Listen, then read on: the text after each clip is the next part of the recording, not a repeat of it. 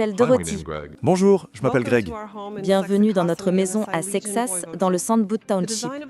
La conception de cette maison est un projet individuel, une maison de plein pied d'une superficie de plus de 160 mètres carrés, plus un garage.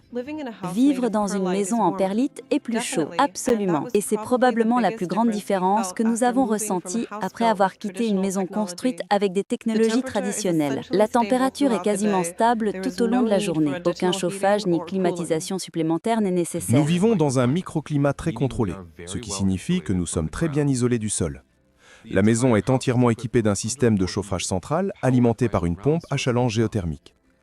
Le plafond est également isolé à la cellulose, de sorte que le seul moyen d'assurer un renouvellement d'air rapide est par les murs et les fenêtres. Quant aux fenêtres, elles couvrent environ 60 mètres carrés. Le reste est constitué de blocs de perlite du système 3.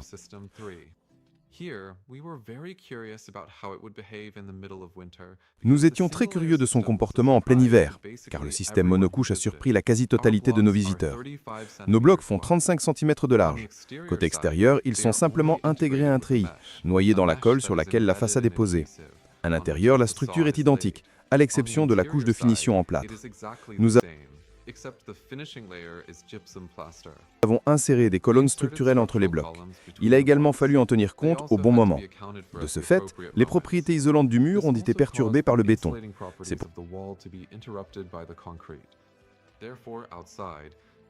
pourquoi nous avons décidé d'ajouter une isolation supplémentaire à l'extérieur, là où se trouvent les colonnes.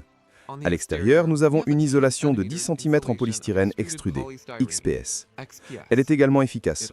On ne la voit pas, mais on ne ressent absolument aucun pont thermique au niveau de ses raccordements. Après calcul, il s'est avéré qu'avec votre système, notre maison est devenue plus que passive.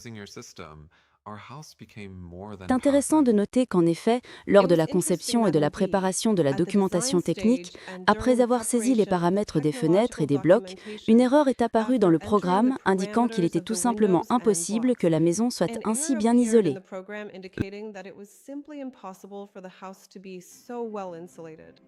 L'investissement dans une maison ne doit pas être considéré isolément au mètre carré près. Avant tout, il faut réfléchir à ce que l'on attend de cette maison et bien réfléchir aux technologies à choisir en fonction du temps passé dans celle-ci. Nous prévoyons de vivre dans cette maison jusqu'à la fin de nos jours. Nos investissements ont donc été orientés vers un bâtiment nécessitant le moins d'entretien possible, le rendant aussi convivial que possible pour les familles, ouvert et respectueux de l'environnement. Nous avons installé un système photovoltaïque et des pompes à chaleur. La rapidité de construction et l'efficacité énergétique ont été nos critères les plus importants. Les blocs présentent de nombreux autres atouts, notamment leur perméabilité à la vapeur, leur isolation phonique et leur résistance au feu, ce qui nous a convaincus de choisir ce système. Je pense également que l'écologie est importante et nous sommes ravis que cette maison soit respectueuse de l'environnement. Ce qui nous a probablement surpris lors des dernières étapes de finition, nous a surpris. En fait, nous nous y attendions. On nous avait promis que ces murs seraient uniformes et lisses, des angles parfaitement ajustés, des angles parfaitement droits, des murs parfaitement droits. Il est également important de noter que la qualité du système dépend des compétences de l'équipe. Dans le système BBC 3E, si la première couche est bien réalisée, les murs doivent être droits.